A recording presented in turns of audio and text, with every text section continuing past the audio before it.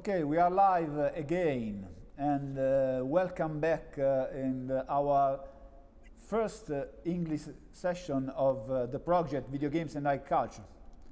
This is the first time that we try to to speak in English about these topics, all the topics of this project in the third edition.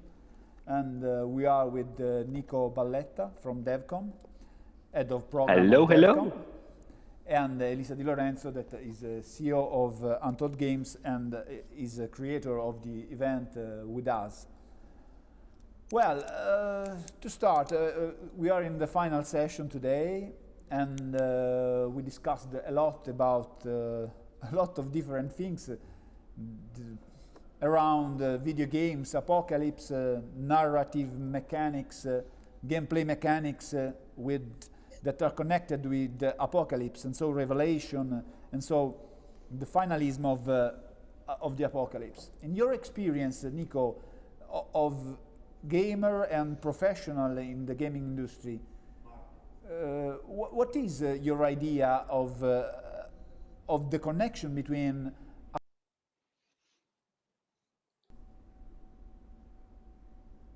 Hello, am I still there? Yes, you're there. I lost them as well for a moment. We see you. Okay, so I didn't get the last part because you were cut off for a couple of seconds, but Okay, okay, it's arriving also Marta. So. Okay, saved by the bell. Hi, Marta. Hello, I'm sorry. Hello. Welcome in our first session in English of the project. Hello, sorry, I was stuck in the limbo, which is quite thematically fitting, taking into account our conversation today. Yeah. Okay, did you listen my last question, Nico? The connection between video games. Yes, but if you could. Oh, okay. If you could repeat it real quick, that would be nice, because you were cut off for a couple of seconds, and I'm not sure if I got all of it. Yeah, I asked you, in your experience as a player and as a gaming professional, what is for you the connection between apocalypse and video games? What is, in your experience, the main, if we can talk about the main connection between these two themes? That is a complex question. I mean, this is like, first off, I'm having a hard time, you know. This is like looking at it from as you said, like from a video games industry professional's perspective, because obviously I've never been a game designer, for example. So I think a game designer's approach to an apocalyptic setting is a different one than of a gamer. What I always found interesting is that the trope, this apocalypse trope itself, I mean, it's nothing new. This is like it was used in so many different forms of media, be it literature, be it movies, TV series, and games. From a gamer's perspective, I always find it intriguing. How do I put it? How attractive it seems to be for gamers to be put into a situation that is, I don't know, that feels a bit desperate, that makes you, I don't know, like think about hard choices depending on the game, I guess, and just to be put in a miserable position. And it seems to be attractive to gamers, you know. This is does that make sense?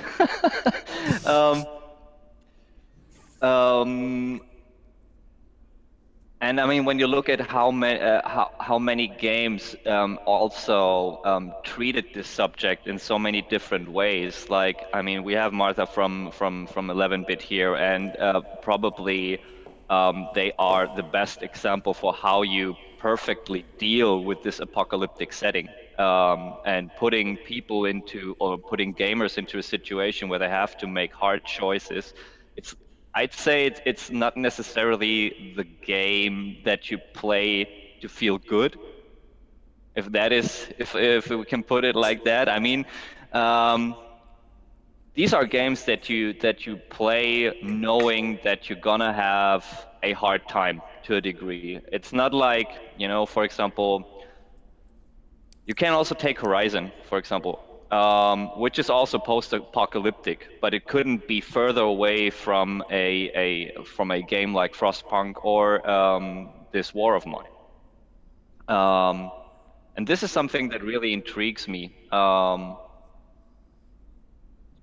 The way people behave in an apocalyptic setting, once they actually have the opportunity of acting themselves, compared to literature or movies or TV series where you simply consume how other people are behaving in an apocalyptic setting.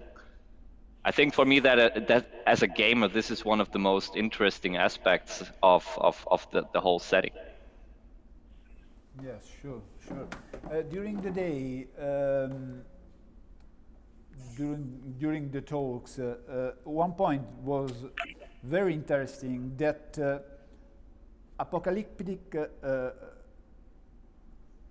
apocalypse in the real world is something that block people. We have the lockdowns, and in video games and entertainment, but not only, also in literature of different operas, is something that is an engine that moves the stories.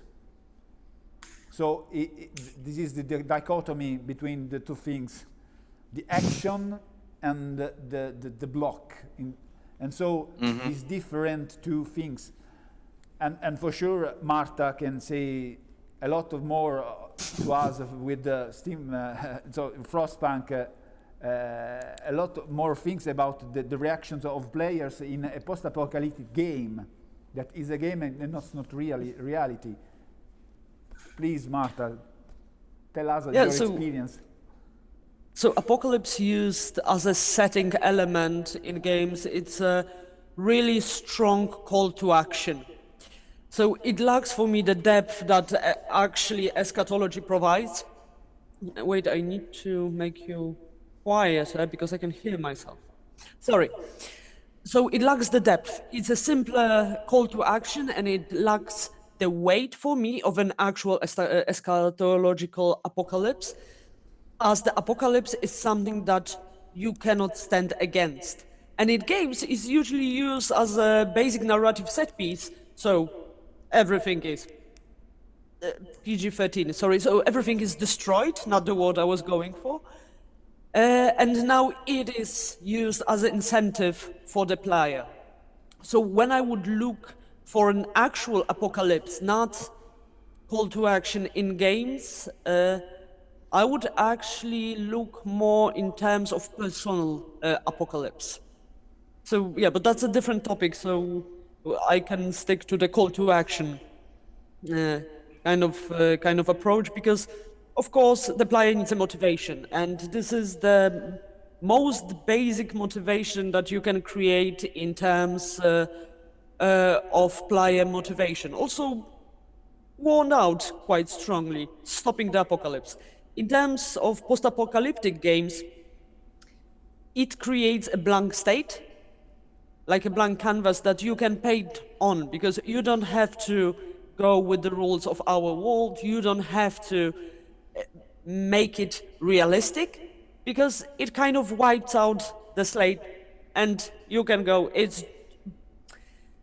I think it takes away a little bit the weight of the apocalypse itself, if we want to treat it in a more grand way. But it's a really useful narrative and motivational tool, stopping or existing and surviving after an apocalyptic event. Yes, but do you think that the players of Frostpunk were an adult target of players? People that were interested to a complex world, a complex situation? Do you think that a lot of them were interested in complex situations and a complex social structure and so gameplay, or not? Yeah, on the philosophy side, 11-bit Studios as a company goes with something that is called meaningful entertainment. It's easier to see it in cinema when you have the art house cinema, the blockbusters, and somewhere in the middle you've got those Nolan movies, not the last one, please, let's not talk about that, but you've got that cinema of the middle that brings some deeper and more interesting things to thought about, but it's still entertaining. And Frostpunk was trying to strive in that category. So it was designed for more adult players. It was designed to invoke a certain type of questions and emotions and things that actually require quite a lot prior knowledge to consume entirely. Because Frostpunk, in the end of the day, is a game about bringing to life a totalitarian state. And underneath that, the apocalypse is used as a pressure point because the stakes cannot be higher than the last city on Earth. But yeah, once again, the game not mostly, focus on what are you willing to sacrifice to ensure the survival of the humanity, and it has that Machiavellian undertone, but here twisted as a question, if the end justifies the means. So in the end, what we wanted player to think and ask themselves, is it better to let humanity die than become what it has to become to survive? Sure, it's interesting, and would be interesting to know what happens in the mind of the players that have played this game after they have played it. What is the answer they had after this experience? I have, of course, just fragmentary knowledge of that, but there was a peek into that, and the answer really depends on the cultural background and the region of the world that the players came from. So the game ends with a time lapse showing all of the decisions that you have made and how your city grown. And it ends if you made certain decisions that from our European-centric approach seemed sketchy, to say the least. It would pose the question, if the end, was it worth it? And from different communities around the world, a backlash came, because how can we ask, was it worth it, if everyone survived? So there was a totally different approach, more utilitarian to the role of that. So it highly depended on the player, but in the end, it sparked a discussion about the topic, and I think that was the biggest value. Another important thing that we discussed today, and I want to know from you, from all of you, if you agree or not, is that that ludus gaming, the ludic essence, the apocalypse and the finalism, and so literature and other art opera, and so eschatology, have in common one important thing: the creation of sense. The sense of a meaning for life. This is a very important one, and this is probably the most important common point for those things. And I'd like to know if you agree that is true or not. Tell me, what do you think about this? Any one of you? I can start because I kind of pointed toward that direction in my previous few sentences, and I highly agree with that, because as a best eschatological game, I would say that Journey it is. And let me explain why. Because, of course, eschatology is a magical and story-wise way of thinking to explain what is not understandable and to put it as a template for our life. So it's the same things with myths and that fundamental question that was with us for our whole lives.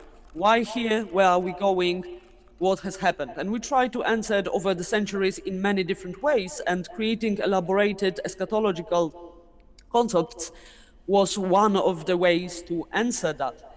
But as the world progressed to more secular kind of society, I have the feeling that that part was taken over more by psychology, and Us Journey is the best, in my opinion, game representation of the hero's journey of Joseph Campbell.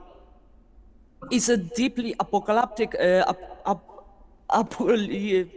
Jesus Christ, eschatological game, showing the sense and the whole arc of human life, with the end, what the end is, the only apocalypse that will ever be for any of us, the death. And this is why I find it fascinating, that shift, because I think that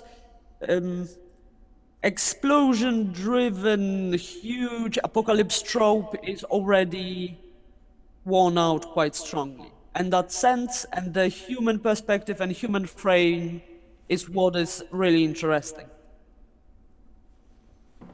Sure. This is actually something I'd like to add some to, and I 100% agree.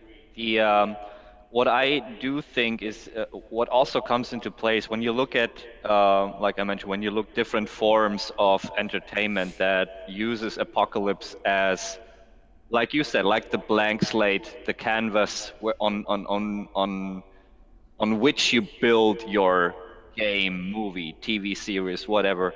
I think what they all have in common is that the apocalypse or the apocalyptic setting itself is always treated. How do I say that? It's never the actual threat, in the long run, at least. You know, this is like it's like it's like a catalyst for everything that comes afterwards. And be it The Walking Dead, be it, I don't know, as a game or a series, be it any movie that takes this apocalyptic trope, at the end of the day, it doesn't take too long until you get to the point where people who are put into this apocalyptic setting are basically cut down to their, I don't know, to their basic instincts. It's all about survival, and suddenly you find, as a player especially, in the position where you have to make hard choices that you would otherwise might never even think about. Which again plays into, Marta, what you said about where do gamers, for example, or viewers come from? What's their background? What have they probably experienced themselves? I think we can all agree that we here live in completely different circumstances, and that someone who might come from a war-torn country might have completely different feelings towards not only the game or the movie itself, but also the choices that he or she has to make. And what I found, so I don't know, how do I say that? It baffled me a bit. And the game that probably hit me the most so far, before I actually played this War of Mine and Frostpunk and all the other games that take a more serious approach, from a psychological standpoint, it was the Walking Dead by Telltale. And when you tell someone who hasn't played the game that probably your hardest choice that you have to make in the beginning is to decide who of the 5 people in the group get 3 of the rations that you have, who gets to eat and who has to, yeah, stay hungry. And I would have never expected this to be a decision that hard to make when you watch it on TV, for example.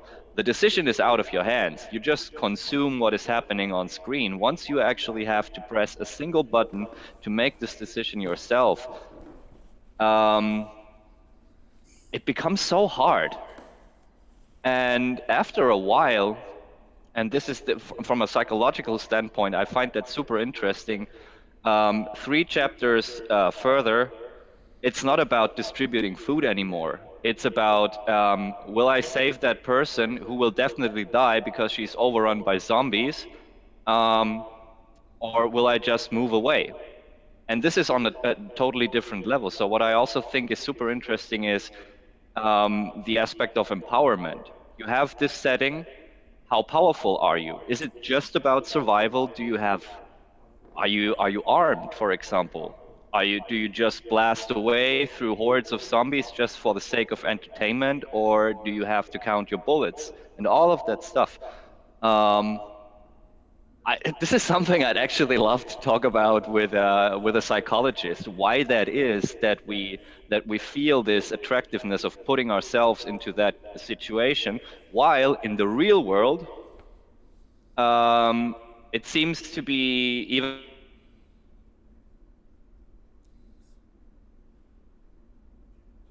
Amber Crash? No, è proprio... Solo noi. Ma che cavolo.